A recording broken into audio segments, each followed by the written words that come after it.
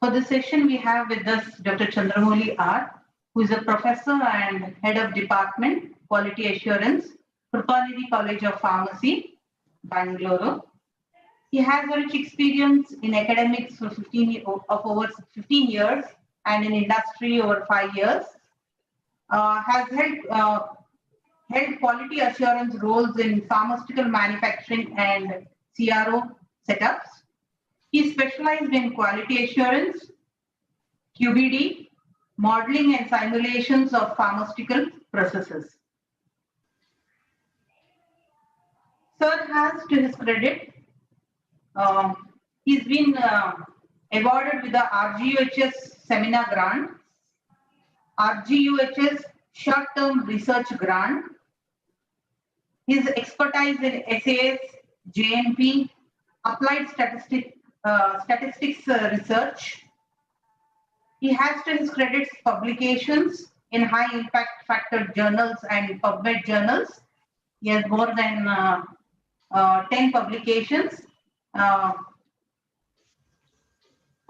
And he has been invited on various platforms in national and international forums. To his credit, he also has 2 patents on drug delivery devices in application stages. He's a professional member of Faculty of Pharmacy RGUHS, American Society for Quality, International Society for Pharmaceutical Engineering, SAS Forum, Technical Evangelist for SAS and JMP. He's associated with Pharmaceutical Teachers of India and BBAC Forum. With this brief introduction on Sir, I hand over this session to you, Sir. Thanks for the nice words of introduction, Madam. And I thank KLE College and AICTE for this opportunity. So, am I audible?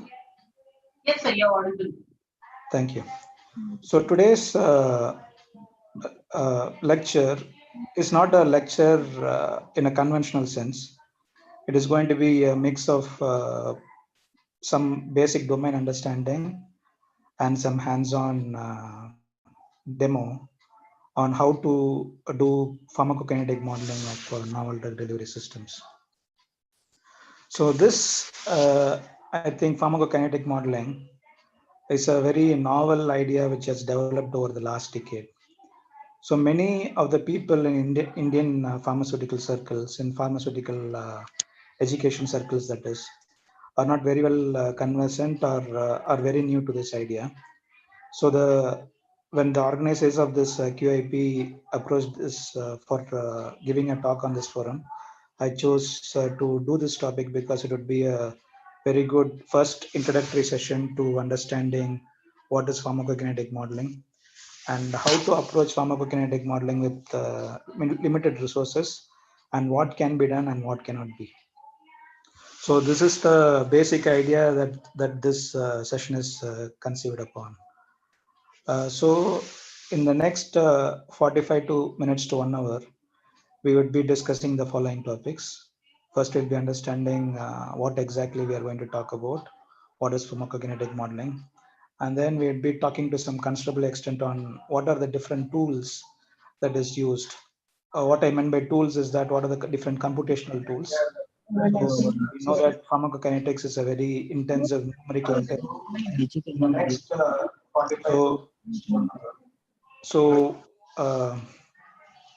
We would be understanding the different computational tools which is available in this domain.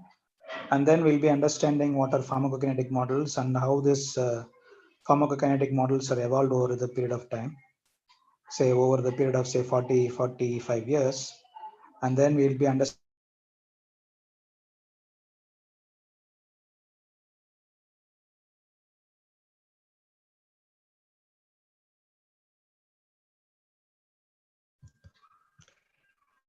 So we'll be talking about two models. One is going to be the AICTE model, another is PBPK, physiologically based pharmacokinetic models. And then we'll be moving on to the hands-on session or case studies. We'll be demoing some 2 to 3 case studies depending on the time. So we'll be using a very important and popular tool in this domain called Gastroplus. So first we'll be doing a case study on pulmonary compartment and transit model. We'll be trying to understand how to model pharmacokinesis of dosage form pending a lung delivery. Second, we'll be using a TCAT model. We will be using a transdermal patch, and then we'll be trying to understand how to model the drug release of a transdermal patch. The third case study, if time permits, we'll be doing oral cavity absorption and transit model, where we'll be trying to model a drug release from a dosage form, which is going to be limited to the oral cavity. So this is going to be the outline, discussion outline. And then after that, we'll be taking the question and answers. So this would be the discussion outline for the next 1 hour. So as we all understand, the domain of drug delivery, drug development, and the entire drug development domain itself has very fundamentally altered from the US FDA Millennium incentives, or you'll find that more precisely after the year 2004, there are some very path-breaking advances that US FDA made, and subsequently ICH followed, especially the idea of quality by design. So quality by design is going to be a more easy and flexible approach to drug development. So many of the drug development projects, and for licensing of these drug development projects today, you find that all the major regulators in the world are insisting that whether it's going to be product development or analytical method, all these methods need to be developed and validated in a QBD framework. So therefore, QBD has evolved to such an extent, it has become an indispensable part of our routines. And we find that in the second part, in a typical drug development process, we'll be doing characterization. So the pre-formulation or characterization phase is another important aspect in the drug development, especially in physiochemical and in vitro characterization of the drug substance and products. So third and fourth things are going to be the most important aspects, because we cannot understand the effectiveness of our dosage form unless we are going to have some pharmacokinetic inputs. So even though we are going to be having several in vitro methods to predict and model what the in vivo performance of the product is going to be, these are going to be very much based on hypothesis, or lots of assumptions are there in that in that hypothesis. So therefore, it is not a very viable way. And whenever you start doing in vivo studies, you have to understand it's a very costly and time-consuming proposition. And not to mention, there are going to be several ethical issues associated with this. And you have to understand that since we are all academicians, the budget that is going to be required to simply undertake a PK study is beyond the means of almost everybody. So therefore, this pharmacokinetic modeling can fill that gap to some very considerable extent. And especially there are going to be two pharmacokinetic modeling, which is AICTE and PBPK, advanced compartmental and transit models, and physiologically based pharmacokinetic models, which is going to be helpful in filling that gap. So what this AICTE and PBPK is going to do is that it is going to model and simulate in vivo product characteristics. So this is going to be a very important input, especially for us people which is in the domain of drug development. So without any actionable input, how the drug is going to behave in vivo setup, we will not be able to get any actionable input on how to develop the formulation, or a rework is required, or how well are we going to achieve the QTPP of the product itself. So therefore, it is very important that we need to have a very insightful understanding and estimate of how the drug product is going to work in vivo. So this is where the science and the mathematical aspects of the pharmacokinetic modeling is going to come into picture. And after that, we are going to validate the PK model with limited in vivo studies.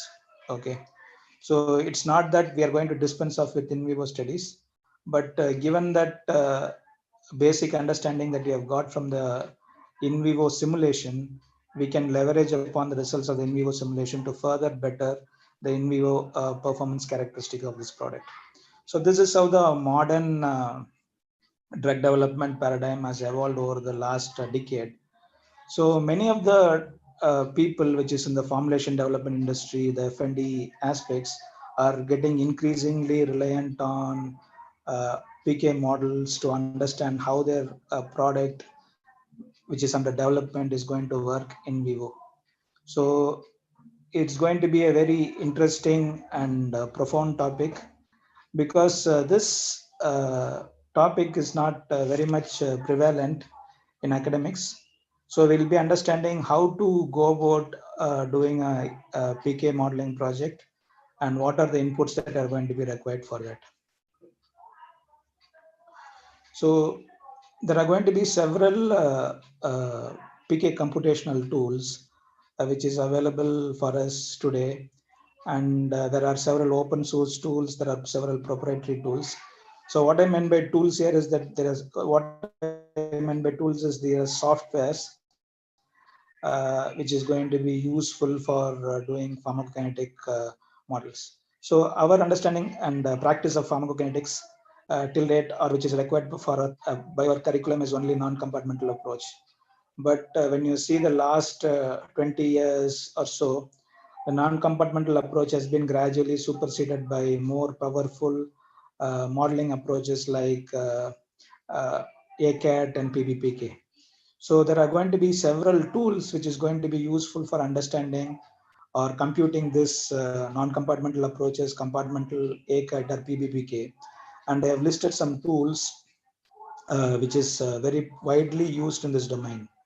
So the first tool is going to be Phoenix Win Online. So this is going to be one of the most common uh, tools which is very widely used in the industry. Initially, it developed as a non-compartmental analysis tool, but the recent editions of this is very widely used in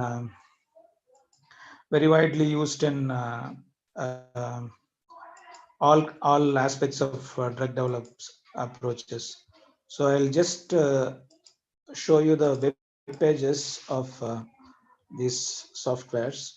So this is the Phoenix Certara Win Online. So this is going to be another very important software which is very widely used. And but the problem is that it's not an open source tool, it's a closed source tool, it's a proprietary tool. So if you want to use it, you have to shell out a very hefty licensing fees. And the second tool which I want to bring your attention towards is Symbiology. So Symbiology is going to be a very wonderful tool and a very powerful tool, which is very widely used in drug development and simulation scenarios. So this is actually a plugin for a software system called MATLAB. So many of the people which is working in the pharma domain are not aware of MATLAB, but MATLAB is going to be a very powerful tool. If you could ask any of your engineering friends, they will just go gaga over MATLAB. MATLAB is a very powerful tool. It is if you are going to do some scientific computing, the MATLAB is the alphabet or basic ABCD of that. So therefore, MATLAB is a very powerful tool, and Symbiology is going to be one of the plugins of MATLAB. The Symbiology is going to be using for many applications. So most importantly, it is going to be used for modeling, simulating, and analyzing dynamic systems. And it's going to be focusing on a particular area of application called QSP, quantitative system pharmacology, and PBPK and PKPD modeling.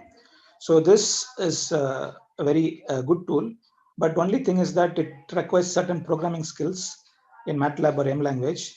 which is going to be somewhat challenging for us many to adapt this. And this is also a licensed software, but there are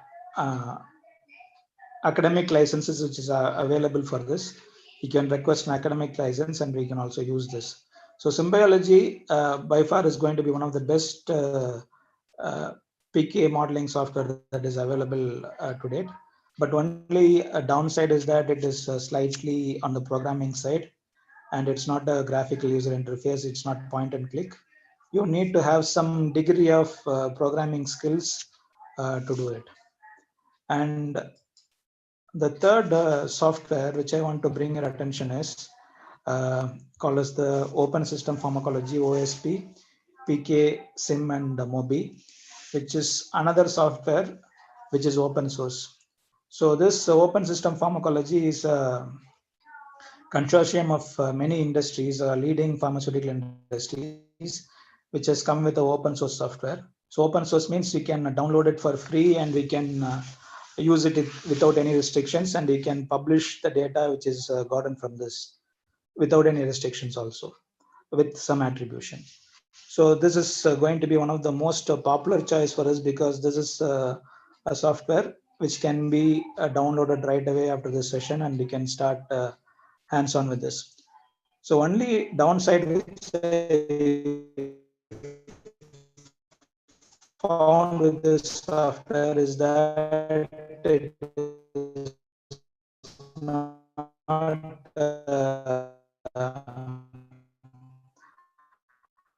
having good models, and since it's going to be open source, this software is not very great. And or if you want to do some based models, it's not very supportive of that. But by far the nature of this, the affordability of the software goes, this is the most affordable software where you can do all kinds of modeling and simulation without any money involved. The third software, the fourth software which I'm bringing to your attention is the software which I'm going to demo today, which is called as the Gastroplus. So of all the 6 softwares which I'm talking about today, the Gastroplus is going to be the most versatile and advanced software. So the Gastroplus market for the last 30-35 years, and going with the ease of use and application, this is one of the most mature tools which is available in this area. And all the major regulators, namely the US FDA, the EMA, the PMDA, are all accepting this data sets which is developed, or the models which is developed from out of this software. And this is one of the most preeminent softwares which is available in the domain of PK modeling and PBPK or AICTE. The other software which is also free, so Simulations Plus Gastroplus is another software. I told it is not a free software, unfortunately, but we can ask for academic licensing application.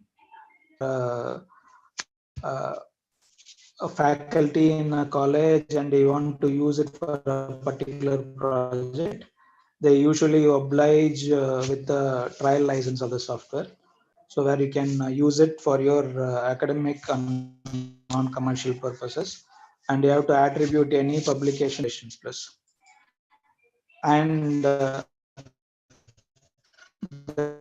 next software which I want to bring to your attention is a not strict pharmacology based applications, but it's going to be a very wide software in its scope, which is called as the IEEE Stella. So Stella Architect is a very interesting software which is available on the cloud also, meaning that you can create a free online account and then you can use it without installing, and you can take the outputs of it. So this software is widely used for modeling and simulation, interactive simulations of across various domains. It is used in financial analysis. It's used in econometrics. It is used in weather forecasting, and you find this is one of the most interesting softwares, which is also going to be having considerable pharmacokinetic applications. So this is a fairly reasonable and easy software to use when compared to symbiology. And this is going to be having limited academic licensing, where you can ask for an academic license, or you can use it in a cloud-based format.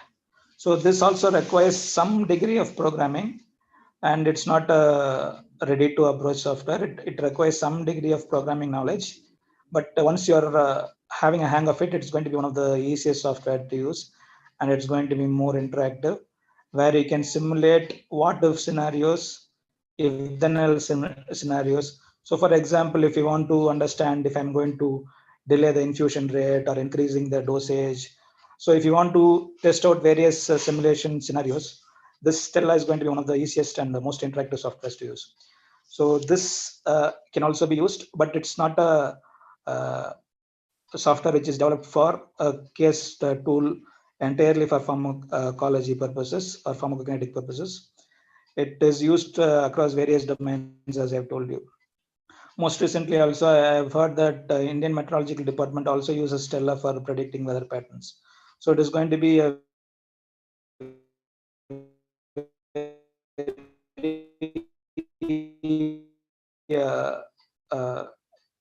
powerful interactive simulation software. Only thing, it is going to be having certain learning curves as well. And the sixth software which I have to bring to your attention is software going to be mainly used for doing population simulation, and also for doing PKPD simulations. So this is another widely used software, and this is also going to be having academic licensing, meaning that it is going to be free for academic purposes. So we can request academic evaluation copy and also use this. So coming back to our discussion, there are going to be certain pros and cons for each software.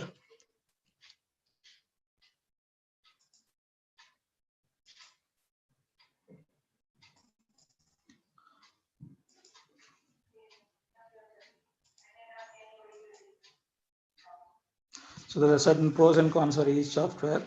So the Certara is one of the most versatile software. So Certara Win Online means that you can do anything pharmacokinetics with this. The only downside is that it's a very costly software and you have to apply for a licensing. The second thing is MATLAB Symbiology. If you ask me personally, this is the most powerful software of all the 6 softwares I'm talking today.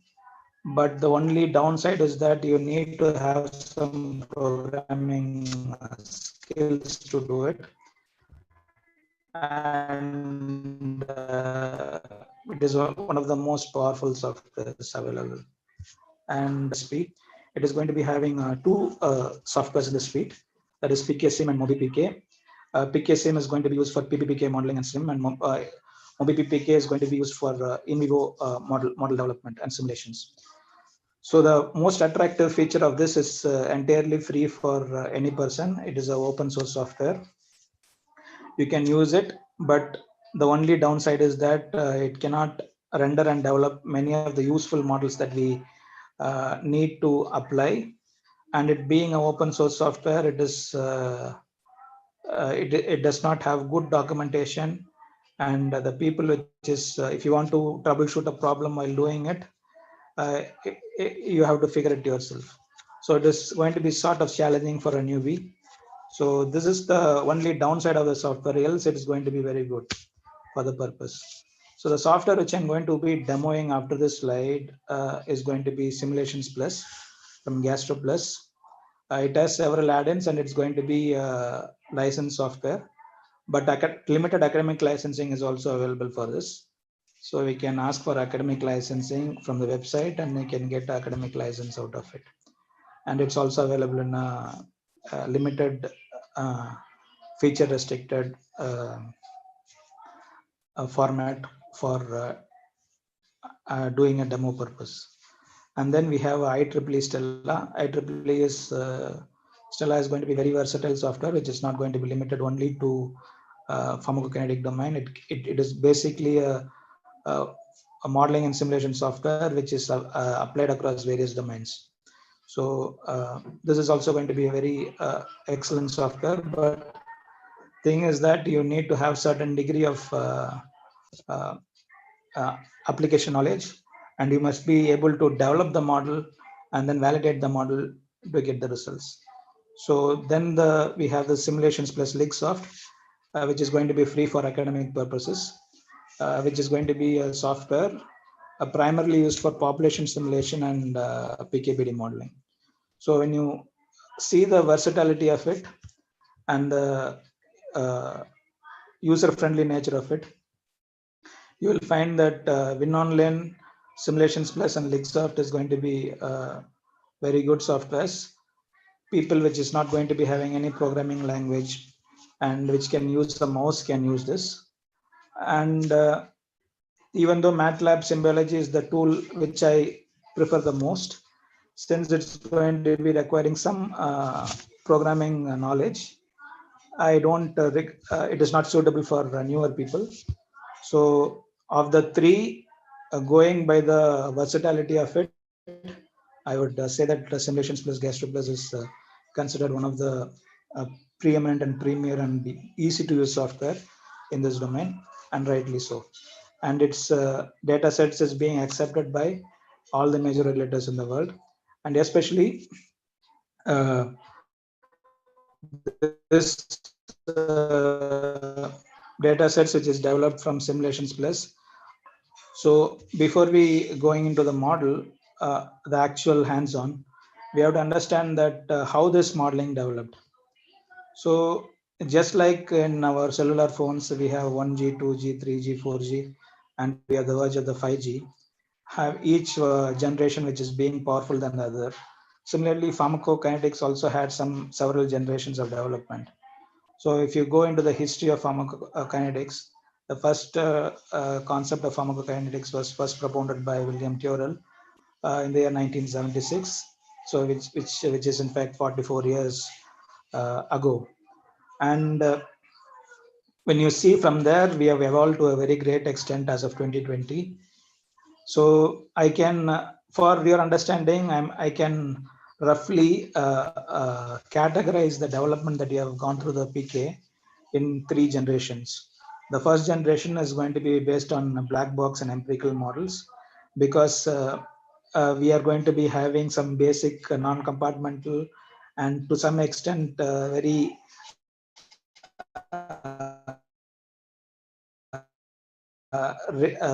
feature limit.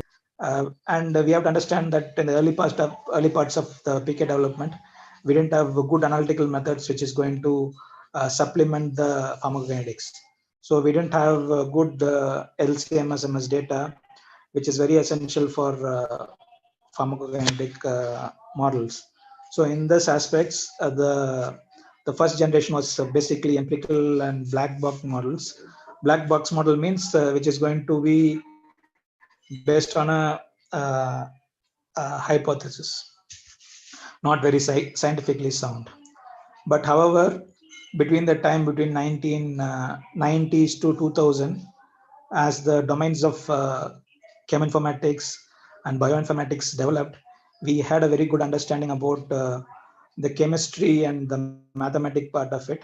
So gradually the pharmacokinetics borrowed from these concepts, and then we came into the second generation, wherein the important breakthroughs of compartmental and AICTE model developed.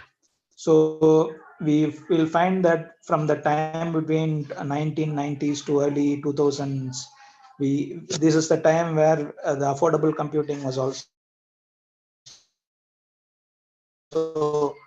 very prevalent, pharmacokinetics, and they found that they can do advanced mathematical simulations, and also the inputs that was gotten from bioinformatics and cheminformatics, the protein elucidation, the targets, understanding of the permeability patterns, all help to bring about the second generation of PK. The third generation of PK, which roughly started from 2005, current and interesting part of PK models. So the PPPK, the physiologically based pharmacokinetic models, is going to be one of the most interesting aspects of our understanding. And then this is enabled because it is powered by better computational and statistical progress, and several uh, good softwares, which I've detailed in the slide before, have come during this period, so that we can leverage upon understanding how to do a pharmacokinetic modeling. So before we go into the actual hands-on, I just wanted to tell what is a pharmacokinetic model is. So there are several definitions for pharmacokinetic model, but the most basic and easy definition to understand is that we can think of pharmacokinetic models as mathematical modeling technique for predicting the absorption, distribution, metabolism, and excretion of synthetic or natural substances in human and other animal species. So one of the major hurdles or rate limiting stages in the drug development is to understand what the in vivo performance characteristic of your drug product is going to be, or drug substance is going to be. So therefore, if you're going to apply this pharmacokinetic models, the PK models, we can to a very considerable extent can predict the ADME, which is one of the holy grail or the basic cornerstones of PK. So the main reason that we do PK is to understand the ADME characteristics. So this can be mathematically predicted to a good degree of accuracy of both natural and synthetic substances in animals and non-human models. So therefore, this PK models, if you're going to do and leverage a PK model correctly, we can almost get the output, or to put it safely, almost 90% of the output that is going to be required for understanding the in vivo performance characteristic of a drug substance or a product. So therefore, understanding PK models and how to do PK modeling is going to be one of the important skill sets that you need to acquire in today's drug development scenario. So that is the reason why this has become a very hot topic in this current circumstances. And given this current circumstances which we are in today, many people have started resorting to a PK modeling because we don't have a conventional laboratory setup where people cannot go and work. And many people which is in the verge of completing their doctoral work or doing some research have all resorted to this kind of PK models, where we can predict the in vivo performance characteristics to a very high degree of accuracy.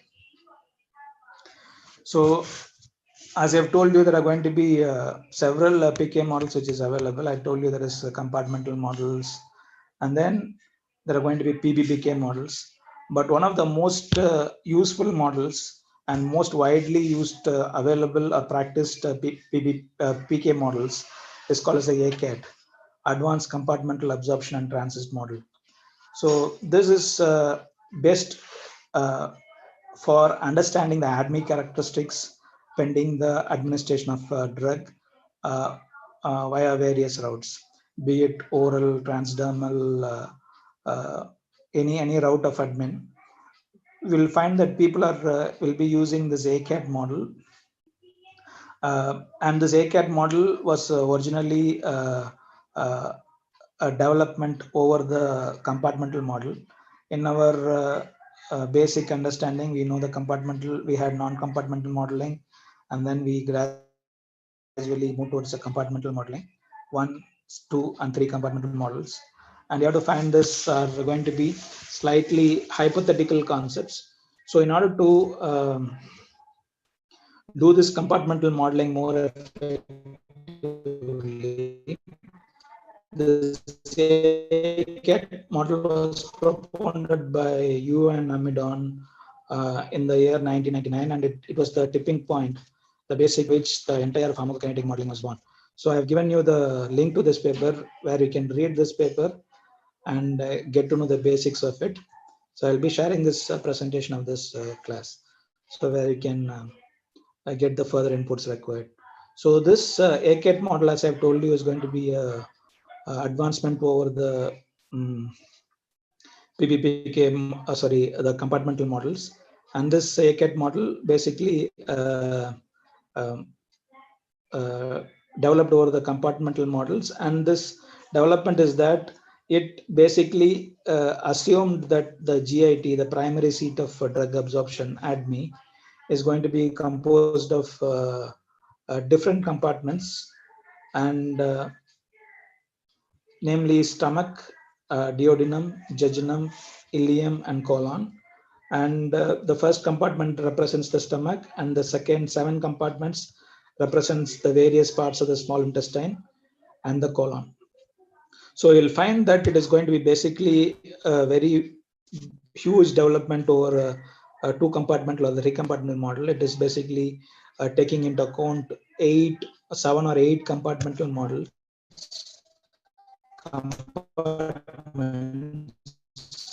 where we can predict the ADME to a very good extent or accuracy. So therefore, this was the huge leap. Started using AICTE, and eventually PBPK model also came into the fore. So for our purposes of this discussion, we will be confining ourselves to only AICTE models. And this is the paper which I wanted to showcase. So for this demo, which will be done for the next half an hour, we'll be using a software called Gastroplus from Simulations Plus. What I'm using is an academic version of the software. So it is going to be having several features. So I would like to classify the features which is available in Gastroplus in 3 basic, 3 manners, 3 silos. The first is basic, where we can do 1, 2, or 3 compartment models, and also do a CP, that is plasma to time profile with appropriate inputs. And we can also do the interaction and absorption with many drugs possible. And second is going to be advanced pharmacokinetic modeling. In the advanced part, we can do 2 kinds of models, which is the AICTE and physiologically based pharmacokinetic models. And then we'll be having several advanced options also available here. So we can use, especially which are going to be in the initial part of the drug development. And if you're going to be having the dissolution data, we can understand and optimize how the in vivo performance characteristics is going to be using the optimization toolbox, or we can use the IVIV module, or we can understand how the drug is going to be affected by SIP or membrane or diffusion characteristics. We can use PK plus for compartmental and non-compartment data fitting, PD plus for understanding dynamics, ADMET predictor with which we can predict the ADME characteristics of a particular chemical entity, drug-drug interaction, biologics, and additional route modules. Especially, we can understand and predict the pharmacokinetic profiles of drug which is going to be given by either ocular, uh, nasal, or pulmonary, transdermal, and also we can model using oral cavity. So these are the several, routes of admin which you can predict using GastroPlus.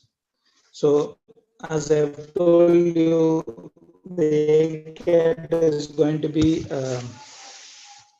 the most useful model for understanding the ADME characteristics. So we'll understand what is the basic difference between AICTE and PBPK. So AICTE is going to be giving you a very good idea about what the ADME characteristics of the drug is going to be, given inputs of the chemical structure, the route of admin, and the molar dose of admin. And when you do a physiologically based pharmacokinetic modeling, the PBPK is going to be taking into more advanced or leveraging upon advanced conditions like what is going to be the blood or volume which is going to be flowing into different organs. And then we can understand how the ADME is going to be affected by disease conditions, depending upon age or the gender of the test population. So we'll find that AICTE and PBPK is going to be having slightly different application profiles.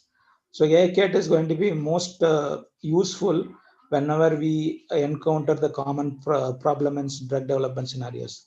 So the basic answer that we want to understand or answer during a drug development scenario is that whether my drug is bioavailable, how much of it is bioavailable.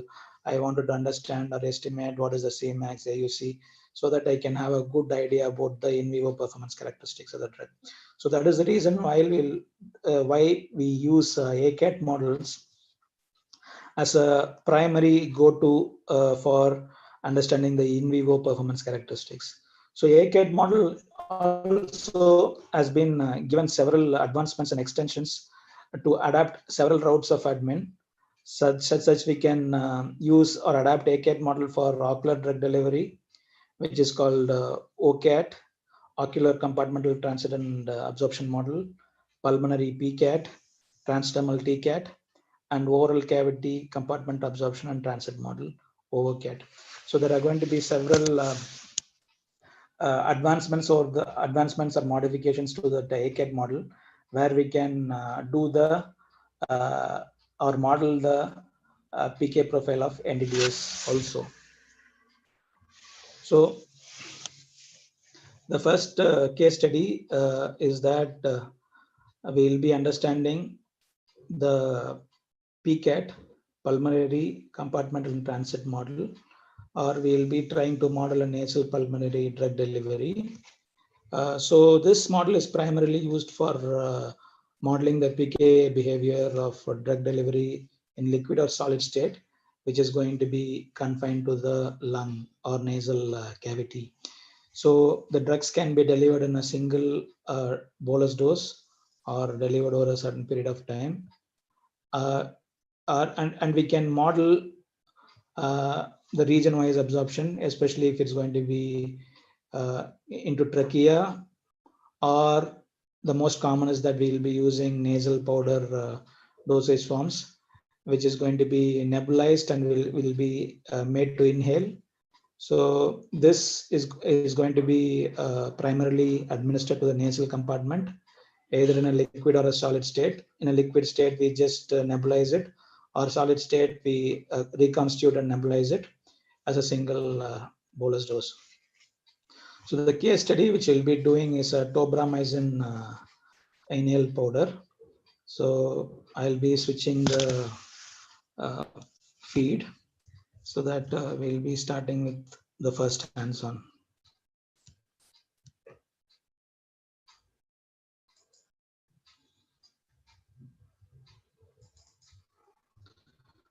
So is my screen visible? Can anybody confirm it, please? Is my screen visible? Yes, sir, visible, sir. Okay.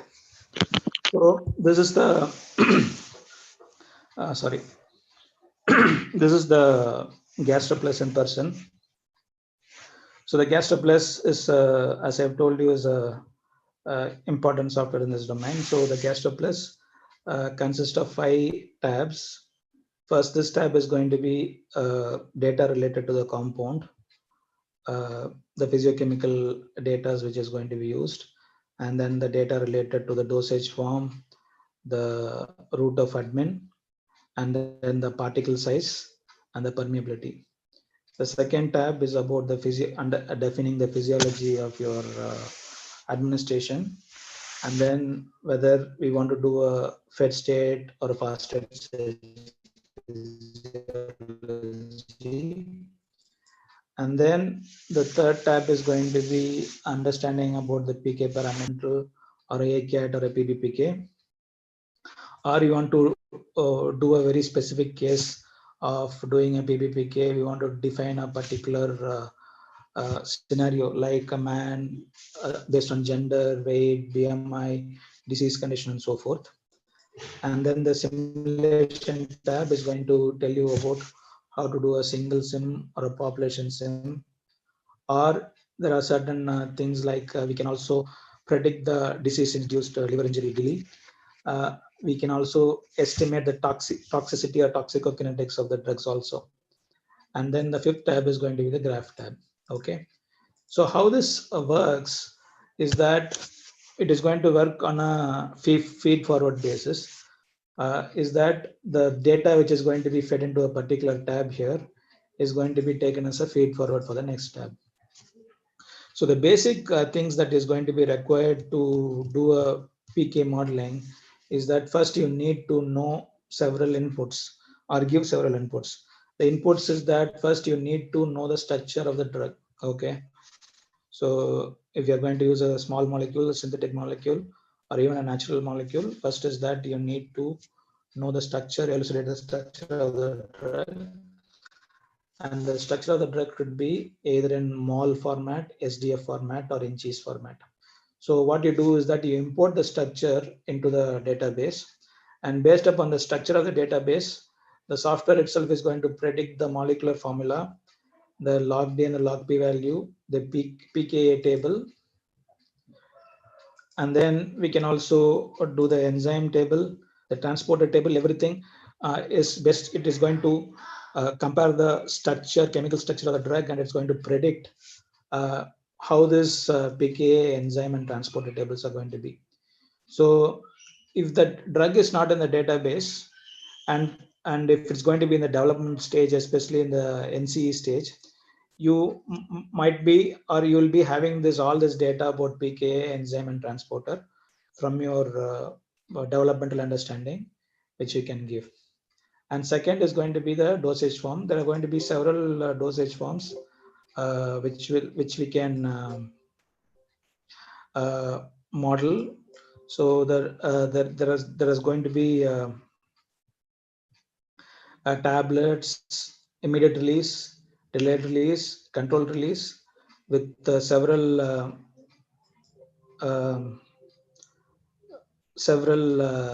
routes of admin possible. The initial dose and the subsequent dose.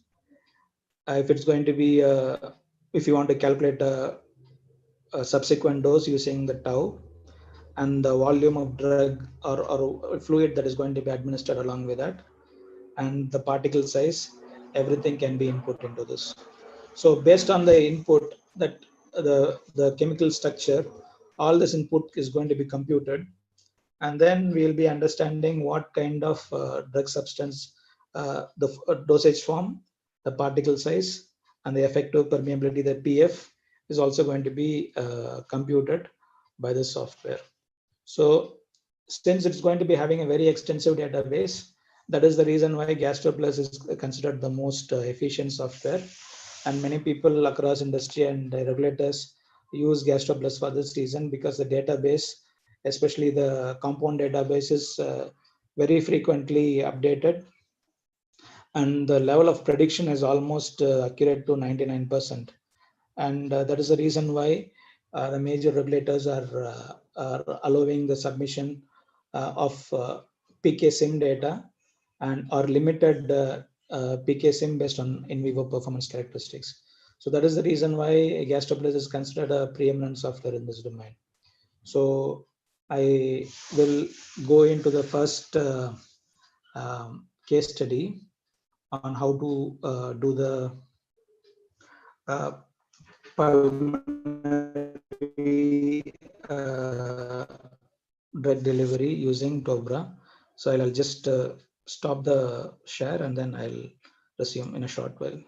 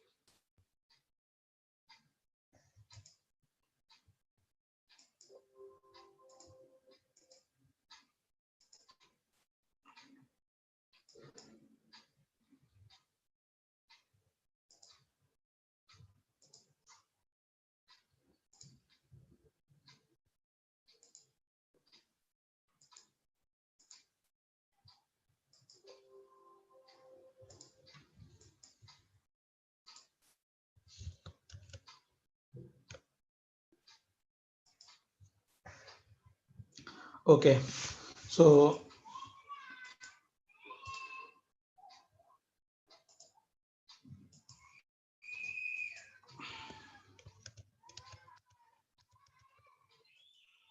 is my screen visible? Can anybody confirm? Not yet, sir. Okay.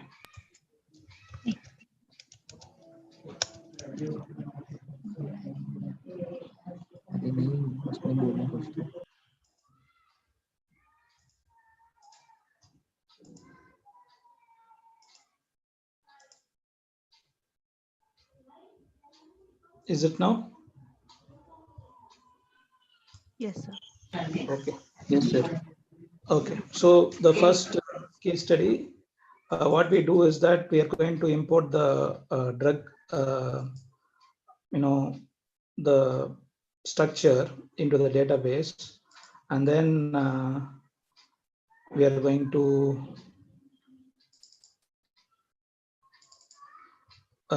use this data to predict the pharmacokinetic modeling. Okay, so this so I'm just importing the drug structure. So here I have used the tobramycin, and when I imported the structure of tobramycin into this, the software itself has shown you the molecular formula, the weight, the log P, the enzyme table, and everything. So since it is a short of time, I've just gone and developed the database itself for this demo. So here I'm going to formulate this tobra into a powder, nasal powder, and then I want to give 80 mg of this nasal powder via nebulization, and then I'm going to understand how this 80 mg of tobra via pulmonary powder is going to affect.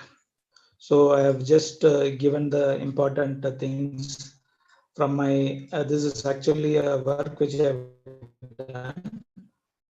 So I'm just demoing it now. So I have given the particle size and the standard deviation of the particle and the bins, which means that this data can be pulled out from the malware data. And then we can use this data for modeling this application. The second is that we are going to understand the human physiology, fed or fasted, and then we are going to understand what is going to be the pharmacokinetics. So there are going to be two kinds of requirements here, provided if you can find any papers, any pharmacokinetic data from the papers published before, you can train this software by putting the data set into it. For example, if you're going to modeling or only upon assumption, it might not give a good result.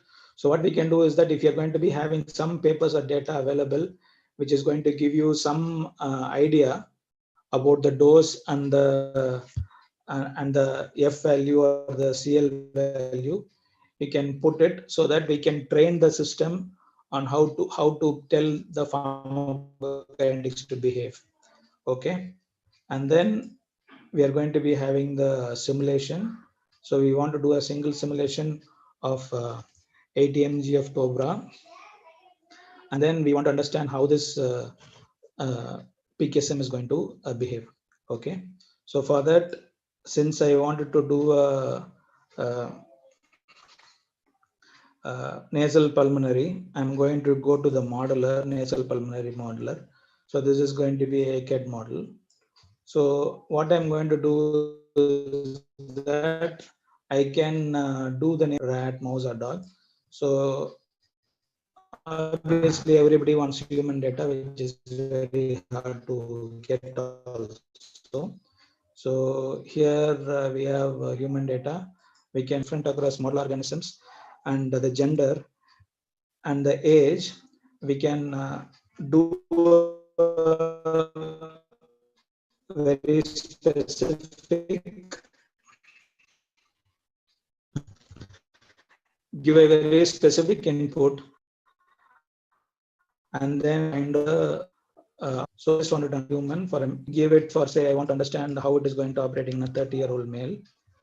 And then this is the most important. I just wanted to understand, I wanted to define, given the drug it is going to be a powder which is going to be nebulized and we are going to inhale it. So the powder has to go into the nasal cavity and the pulmonary, and we have to understand where it wants to deposit. Depending upon the region of deposition, we are going to understand how the effects of the PK is going to be.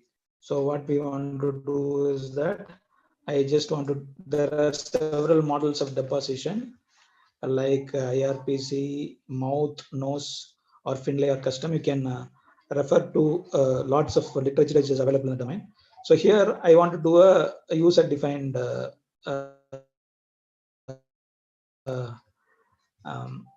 deposition. So since I have developed a novel NDTS, I just wanted to specify, depending upon the particle size, how the powder is going to deposit across various pulmonary region. So I have just given you the regions of deposition.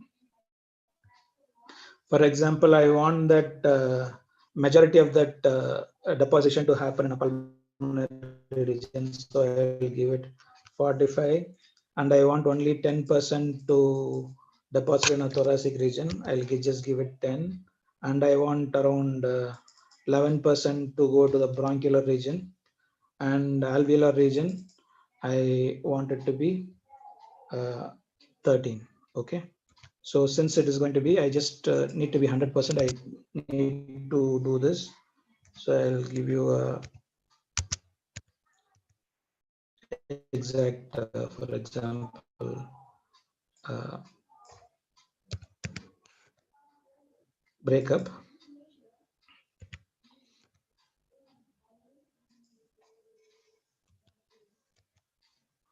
Okay. So I can also do the API size. So I just wanted to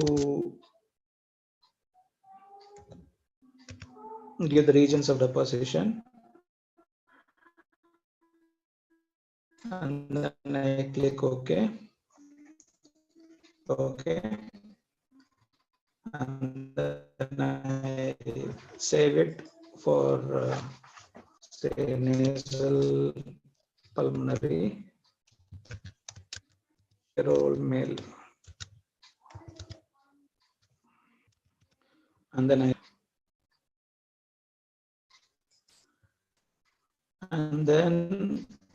I can simulation length. Okay. So I just wanted to know, for example, I wanted to know what is the time to simulate, and then I simulating it. So I have given a 80 mg Tobra, which is given as a powder. I'm going to give it through an inhalation route, and then I have a particle size. I have given the regions of absorption also. The deposition model is also defined in the AICTE. And then I've started simulating and understanding how the thing is going to be. So I have a graph here. So this is how the 80 mg pulmo of Tobra is going to look like. So I have simulated for 16 hours, and it's calculated the absorption, and it's given a bio almost 50%. The Cmax at 0.58. The Tmax is going to happen in half an hour, and then the use is 80. And what is the deposition in the liver? That is going to be any toxic effect. So this is how a simple model, a nasal pulmonary model, can be done. So this can also be done with the help of several models here. So I have done a user defined, but I can also use IRPC, IRP66, which is primarily for oral cavity, nose, or custom, or Finlay. These are already developed models which is available in the publications. Since I wanted to have done a novel NDDS approach, I just wanted to specify the regions of to given the particles, how the F value and the Cmax, Tmax, and the AUC is going to be. So this is going to be giving you a very good idea about many things, especially in the developmental stage. So you have to understand this. If you're going to do in a mouse model, is even though if you're going to do in a lower organism, there are lots of problems doing that in vivo systems, because you need to have ethical clearance, you need to have lots of other clearances, and the skill of the people which is going to do it is also going to be a big issue. But if you're going to use the PK models like this, we can estimate to almost 90 to 95% accuracy how your the in vivo performance characteristic is going to be. And then based upon this, we can tweak the inputs. Either we can modify our manufacturing aspect to the particle size, the choice of excipients, so that we can get a better output.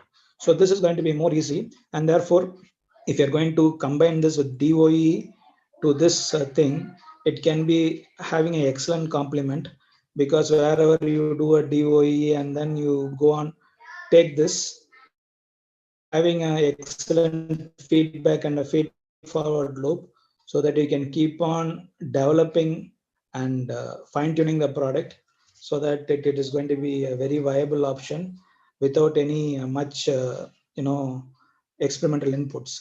So this is the first case study which I wanted to demo. Ma'am, can we go for the second case study, or should we, because it's that, I think the time is all. Can we carry on for another 10-20 minutes? Okay, yes, sir. Can I go with ahead? So you can go ahead. Okay. So I'll be done in say 10-15 minutes. Hope it's not Sure, a sir. problem. Sure, sir. Okay. So the second case study is going to be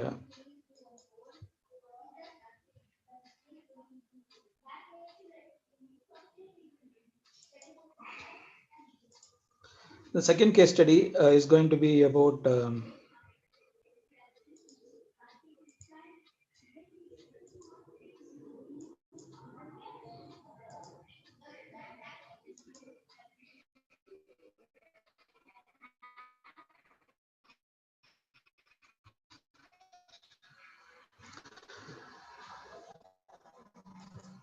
the second case study is going to be transdermal dosage form. So transdermal dosage forms are also going to be very popular non-invasive dosage form, and it's going to be one of the most popular choices for drug development. So every people which has done some DD projects must have attempted a transdermal dosage form. So transdermal dosage forms are going to be very highly diverse kind of dosage forms. So if you go by the US FDA classification only, you will find there are going to be 6 different kinds of transdermal dosage forms. It can be a clear or homogeneous liquid formulation, suspensions, ointments, transdermal gels, emulsions, and then we have a reservoir patch or depot patches. So there are going to be several kinds of transdermal patches which is available. So the case study which we'll be doing is a very interesting case study, which is Bopinol, which is a beta blocker. So I've taken this case study from a published example. So here the people have tried to estimate the amount of bopinolol, which is a beta blocker, which is a very potent beta blocker. And they wanted to do it on a controlled release a depot dosage form, reservoir dosage form. And then they want to estimate the bioavailability and how the PK performance characteristics of this dosage form is going to be. So when you see the dosage form, and then it is going to be having a permeable layer, where the drug is going to permeate across the different layers of the skin, and then it is going to the systemic circulation. So here we wanted to understand, if we were to develop a dosage form like this, how the performance characteristics of the dosage form is going to be. So this is the basic scenario. So for this reason, I have taken the drug bopinolol, which is a potent beta blocker. So I'll just go to the feed change.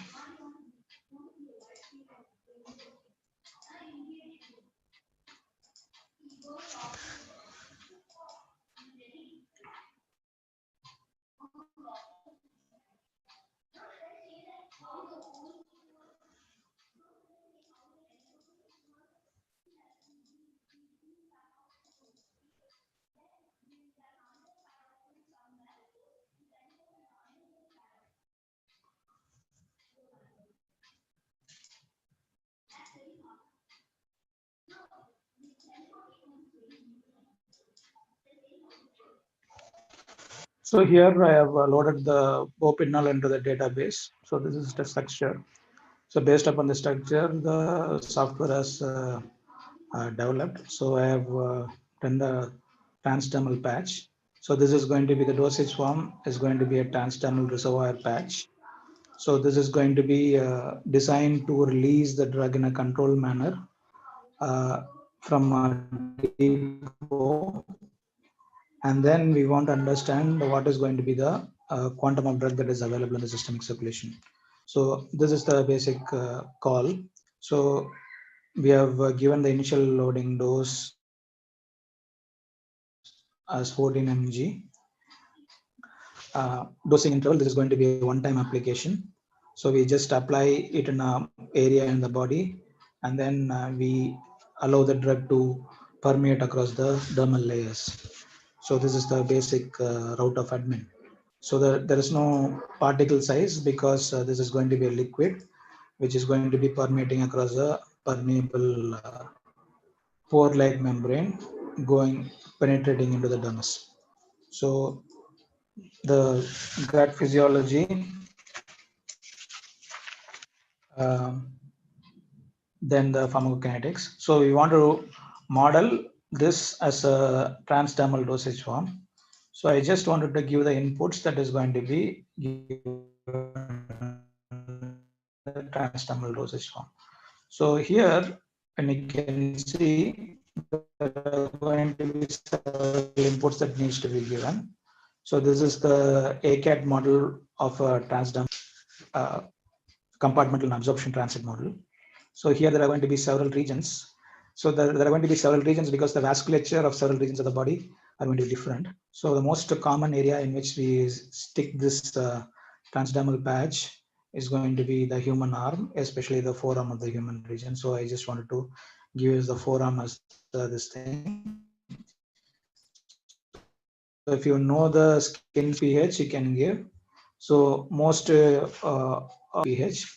So I'm just giving. So I found the data to be somewhere in the region between 4.6 to 5.5 or 6, depending upon the this thing. So I have given it, and then I have saved it, and then I want to give certain inputs. Okay, so I want to give the inputs.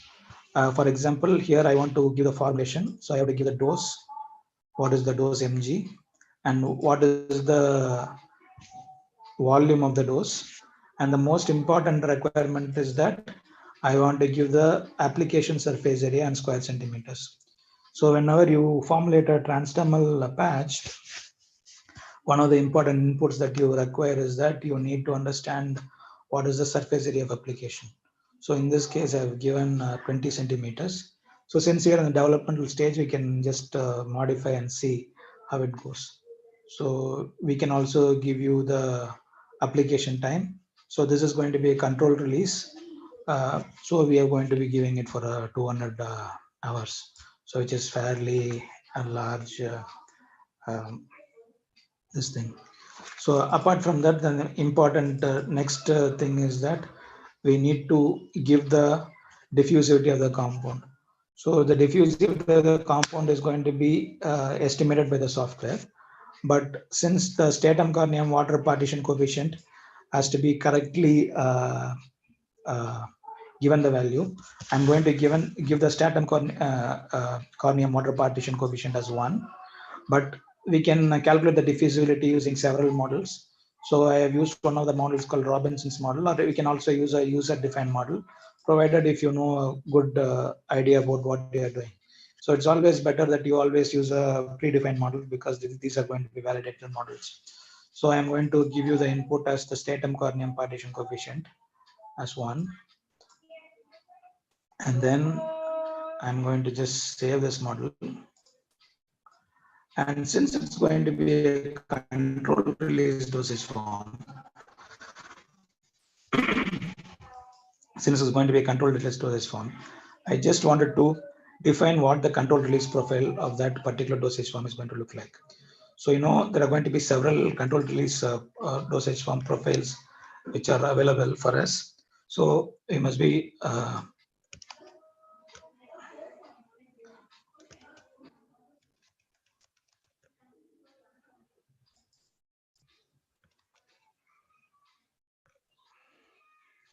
I'm going to use a viable function. I'm going to use a viable function. There are going to be single, double, or triple viable. So I think you can refer to any standard literature. So here I'm going to do a double viable, and then I'm going to just give you the profile by which I wanted to do the control release. Okay. So the time lag, I'm going to give you a 0. I don't want any time lag. I want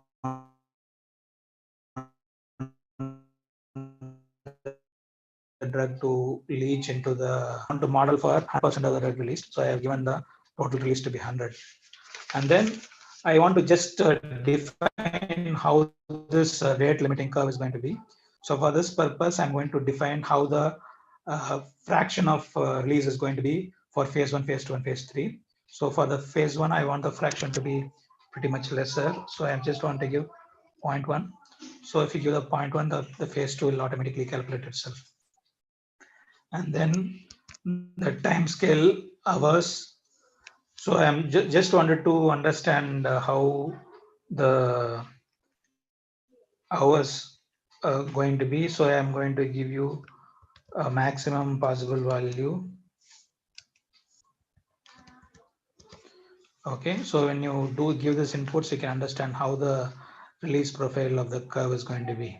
So depending upon that, you can play with these values of time scale and what is going to be the shape of the curve. I want the curve to be having a much more controlled release profile. So when you give the shape of the curve, for example, if you give the input of 1, it is going to be as similar to a dissolution dosage form. So if you're going to give the shape of the curve to 2, you can find that the curve, it is more likely to assume a controlled release profile. So this is the kind of profile I wanted. So I just give a OK. And then I wanted to do a simulation. So I wanted to go for a maximum simulation. So I've gone for 216 hours. So you can divide it by 24 to understand the days. So I just started the simulation. So I have already given the control release profile. I'm going to use the viable, which I already defined, and then it is going to simulate. So it is going to simulate for 216 hours, which is roughly equal to 9 days. Okay. So as we understand, the simulation keeps on going. So this is the time which is simulated. We can understand the F values on the real time. So which we have given it for 216 hours. So it just goes on. So this software and the PK modeling is going to be a very essential tool in the drug development. So why? You can find the reasons yourself. So it is going to be a very useful tool without going into any in vivo systems. we can model and simulate the organism, and then we can understand the dose, the route of admin, or if you have any special needs like the routes that we want to simulate and see, everything can be done without going into a wet pharmacology lab and to some very high degree of accuracy. So from my personal experience, I have found out the degree of accuracy is almost 90 to 95% of actual live form this thing. So this is how the release profile of your the transdermal patch is going to look like. So this is going to be a 14 IMG propinolol with 1 ml, and we have modeled for 20 square centimeter surface area in the arm. So this is how the simulation looks like. And the simulation characteristics, we found there are going to be 26% bioavailability, and the Cmax, the Tmax is going to be achieved at 63 hours, and the AUC values are computed. So this is the second example or case study which I demoed here, which is about a transdermal patch which is going to be having a controlled release profile. So actually I modeled a third hands-on for a oral cavity. So I'm afraid I think we don't have time to do that, and we can go into the Q&A session, and then you can ask me any questions that you wanted to ask. I think many of you will be having lots of questions to ask. So I think we'll conclude at this and then go for Q&A.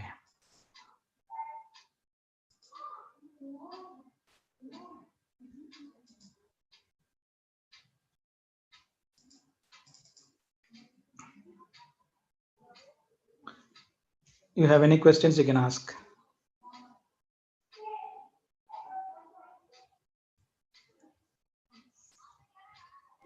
Or type it in the chat box or ask, unmute yourselves. Participants, the session is open for questions. Good afternoon, sir. Good afternoon, sir. Good afternoon. Sir, you were discussing about the usage of the software. I just Yeah. have a simple query. Yeah. Trial version and the full versions, two types are there.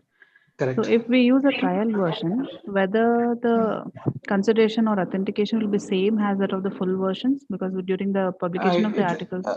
Yeah, in a trial version, we can we will not be able to do some advanced modeling. Yes, sir. Like the NDDS models which you have done here. Yes, but sir. we can you get the same results. For example, if you want to predict a immediate release dosage form Yes, or a sir. CP curve, we can very much do it. So it will be also validated in the same Yeah, way. it's valid. It's valid. Thank you, sir.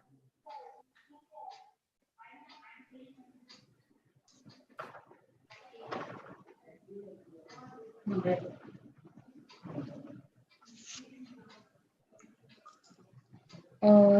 So there's a question from Arnab Bhandarkar, sir. His question is, what is the percentage of similarity in silico and real-time results? So the first the study which I've demoed, the TOBRA study. This is I'm writing the manuscript as of now, which is done for a friend. So we have done in a mouse model, and we found within say 5 to 7% of the actual in vivo result in mouse. So I'm pretty confident that it is very close. We can claim 90. We can claim to almost p-value of 90% accuracy here. If you go in for a population simulation, that much is available. So in other plain language, it's very highly reliable. We can trust it to 90%. Thank you, sir.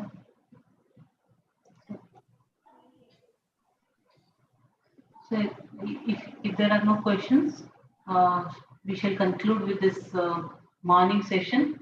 Thank you, sir, for your expertise, sharing of your expertise in this software, handling of the software, and making it more interesting with the applying it to the case-to-case studies. Hope this could trigger the young researchers about these softwares, handling of the softwares, and if they are using them into their active research activities. Thank you very much, sir. On behalf of Kelly College of Pharmacy, I extend my gratitude. And we look forward to having more sessions from your end in the near future also. Thank you, ma'am. Thank you. Thank KLE College for this opportunity and AICTE for having me here. And I would, if you are all interested in any collaboration, you can contact me at this email address. So we can do some joint work also. Sure, sir. We can share your contacts to the participants. So this is my email ID. You can see it on the screen.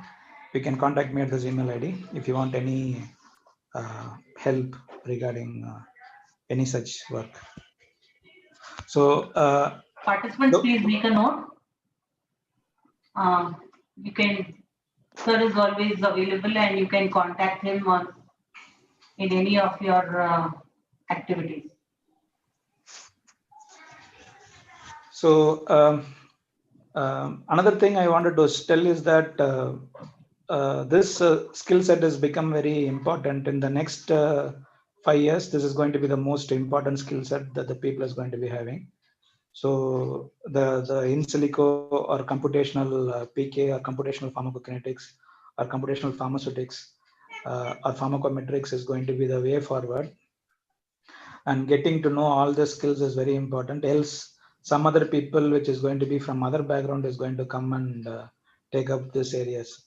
So it is very important that we need to go and equip ourselves in this field.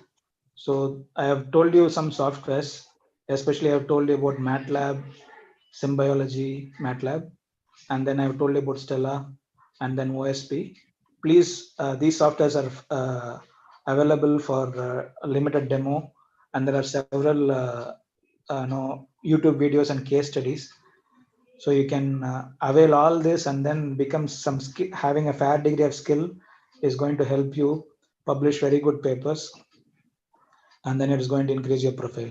And apart from that, it's going to give you research credibility, and you will find that many of the top leading research papers, I have published some of this in IJP or leading impact factor journals. So you'll find this is going to be the tool to go way forward. So, and you have to understand, many people don't have means to do in vivo studies, and the cost and the time and the procedure to do in vivo study is very long winding.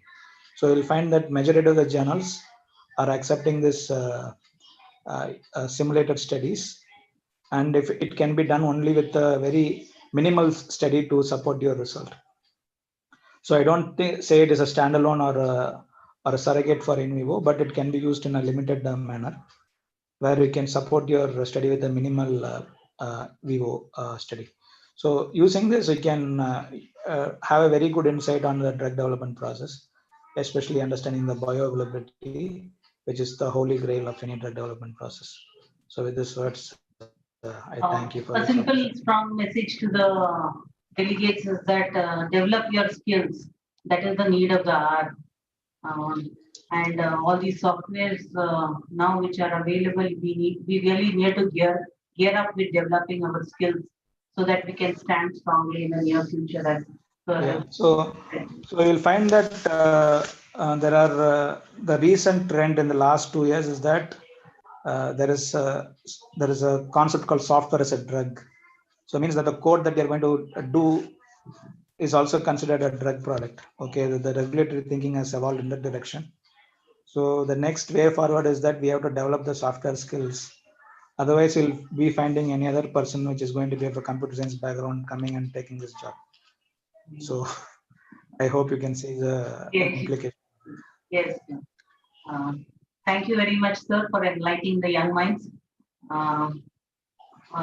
So I think you can take your leave. Thank you, ma'am. Thank you for your kind words and opportunity. And I wish all the participants best of luck.